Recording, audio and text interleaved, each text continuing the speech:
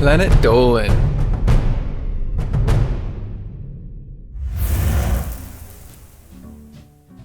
How did the phrase balls to the wall come from an innocent saying about transportation? How did a person with an actual blind eye end up coining the phrase turn a blind eye? Don't beat around the bush, we're going to pull out all the stops for these 15 English expressions with really weird origins. How's it going? I'm Planet Dolan. I'm here to decipher some random things I found on the internet the other day that I think you might be interested in.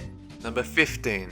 Butter them up. This phrase basically means to flatter someone so they'll do what you want. The most likely origin of the saying goes back to Indian mythology, where people would throw balls of ghee, a butter-like product used in cooking, at statues of the gods as an offering. Hitting the statues with the butter balls was thought to bring good favour.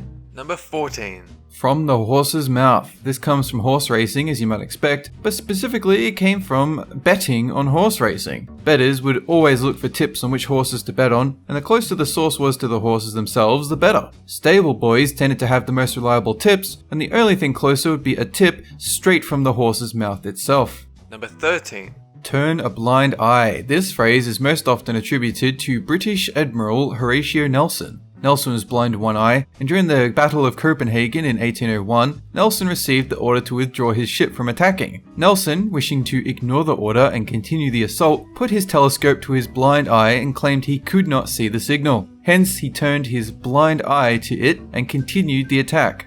Number 12. Caught red-handed. You might have guessed that the origin of this phrase has to do with being caught guilty because of having blood on your hands, but that blood may not be from a murder necessarily. Actually, the phrase comes from 15th century Scotland, and it's as likely to refer to poaching of farm animals as it is with murder. Either way, if you were caught with red hands, you were pretty much assumed guilty. Number 11. Bite the bullet. This is what you say if you got to do something and you know you're going to hate it. And its origin is actually pretty similar. The most widely believed story is that the phrase dates back to doctors and surgeons giving patients a bullet to bite down on during particularly painful medical procedures. This practice may have been particularly common in battlefield medicine, though we can't say for sure. Number 10. That's all she wrote. This is most likely either a reference to a 1942 country song or the punchline to a letter to an American serviceman in World War II. The latter story goes that the soldier would start excitedly reading a letter aloud from his sweetheart back home, getting as far as Dear John, before finding out it was a breakup letter. To save face, the soldier simply stopped and said, "That's all she wrote." This is also the origin of the term Dear John letter for a breakup note. Number 9.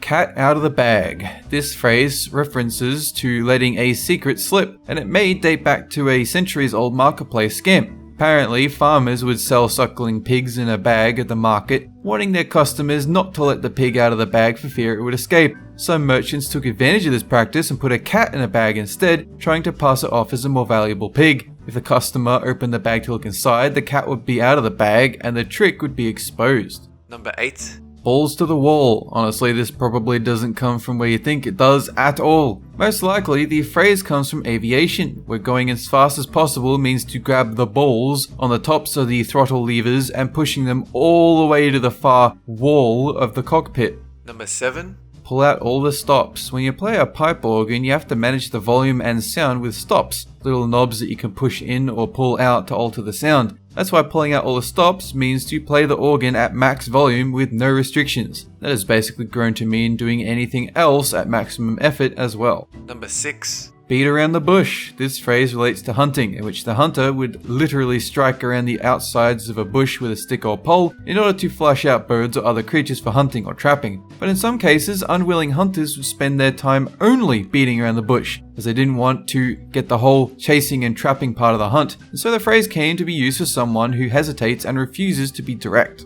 Number 5. Crocodile tears, meaning a display of fake or insincere sympathy or pity. The idea of crocodile tears comes from the legend that crocodiles cry while they eat their prey. There's a shred of truth to this though, as crocodiles do have tear ducts, but their crying is generally for the purpose of eye lubrication if they've been out of the water for too long. Some studies show the possibility that the tears are triggered by eating, but there's definitely no chance they're feeling remorse. Number 4.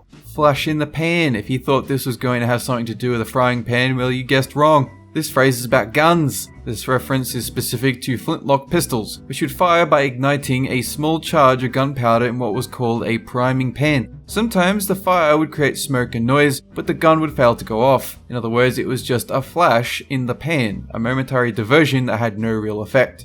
Number 3. The third degree. This term, used for an unusually tough interrogation, definitely saw heavy use in American police organizations, but it likely gets its modern meaning from the Freemason Society. The Freemasons have 3 degrees of membership, with the first degree being the entry level. Historically, the initiation test to become a third degree member is rigorous and involves a lengthy interrogation process. It is likely that the use of third degree to refer to a pointed series of questions comes from that process. Number 2. The whole 9 yards. Even though it sounds like it comes from American football, this is actually a phrase that goes way further back. While the true origin of the word is still disputed, one common explanation is that World War II fighter planes contained 9 yards of machine gun ammo. So if a pilot came back empty, they'd say they went the whole 9 yards against the enemy. Number 1. Taking the piss. This is one of the more confusing bits of UK slang that basically means to joke unreasonably, mock, or just mess with someone. One theory of the saying's origin is that it dates back to canal traders who would transport urine, which was used as a component in certain types of fabric dyes. But transporting urine was an unglamorous job, not as lucrative as transporting, say, wine. So when boatmen would lie about their cargo and say, "I'm carrying wine," people who didn't believe him would simply say, "No, you're taking the piss." Check out the latest DOLAN KART update, Nixiumville. A new character, heaps of new skins, a new power-up, new level, daily missions, and offline mode.